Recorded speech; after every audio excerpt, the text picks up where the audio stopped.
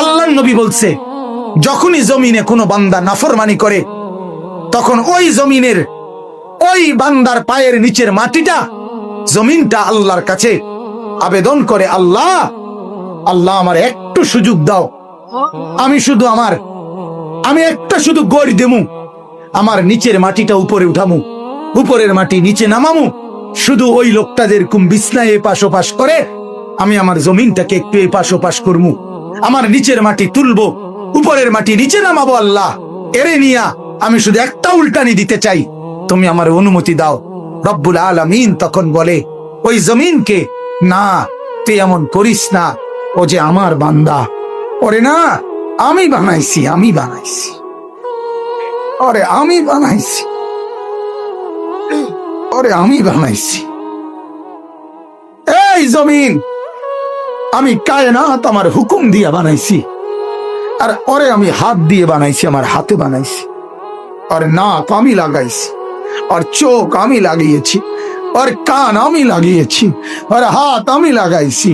আরে আমি সেই মাওলা, যে মাওলা কুন বললে ফায়াকুন, যে মাওলা ভ বললে হয়ে যায়।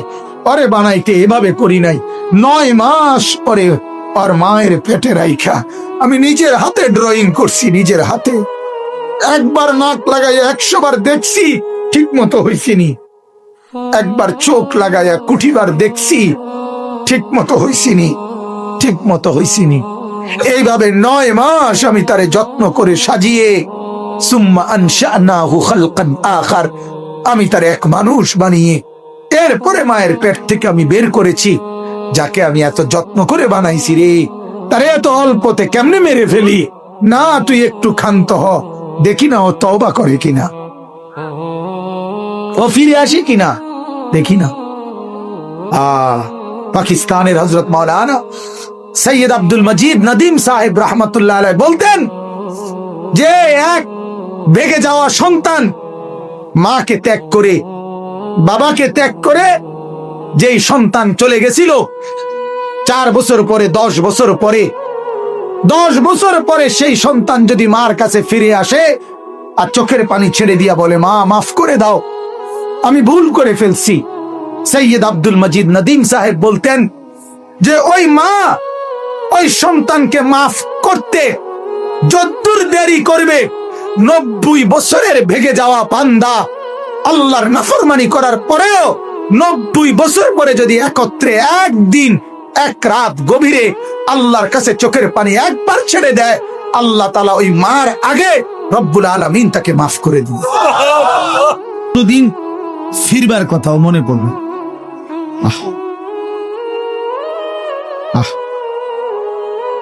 60 বছর হয়ে গেছে, এবারে মইরে কবরে গেছে, এবার কিস্তি ওটার ফুতে শোধ, বলেন তো বুঝেন না এমন কথা? ওনার ব্যাংকের লোন ওনার ফুতে শোধ, কি মৃত্যু পর্যন্ত কোনদিন মনে হয়েছিল ওনার কেমনে মনে হয় কিস্তি না চলে?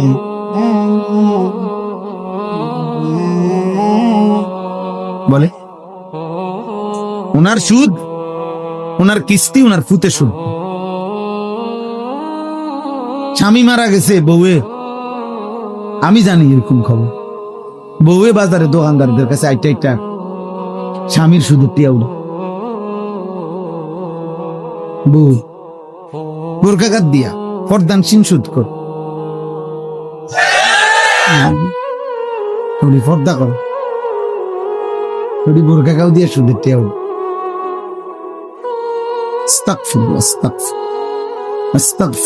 পর্দার কোনো দোষ নেই, বোরখারও কোনো দোষ নেই, দোষ হলো তোমার আখলাক,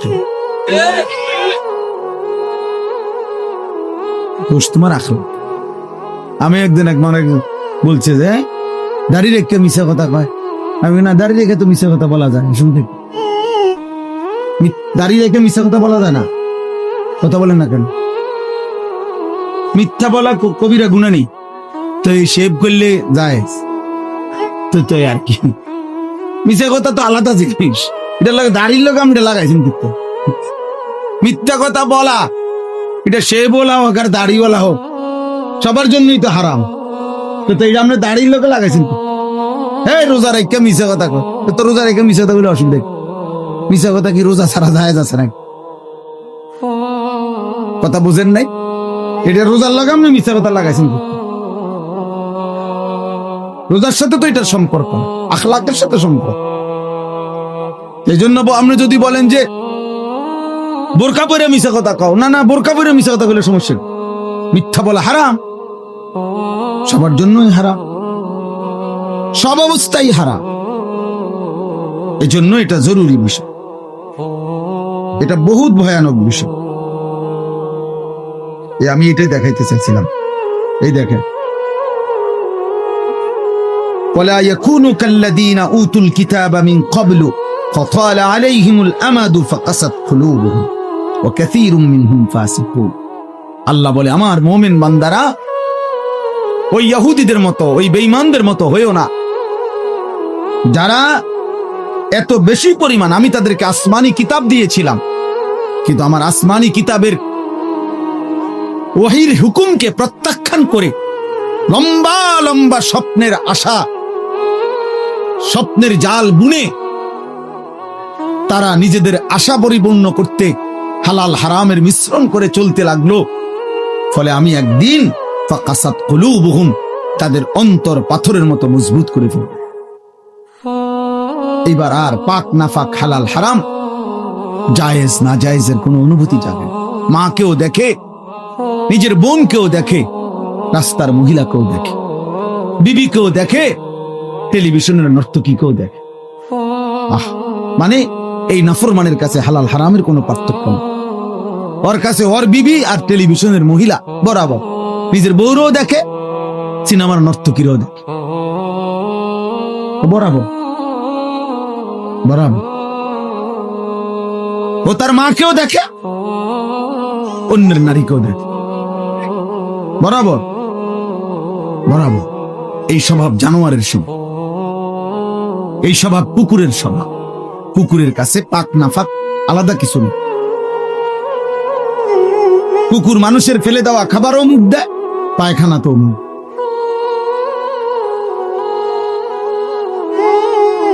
এই জন্য পাপীর স্বভাব মূলত কুকুরের স্বভাব। কুকুর উচ্ছিষ্ট ফেলে দেওয়া জিনিসে মুখ।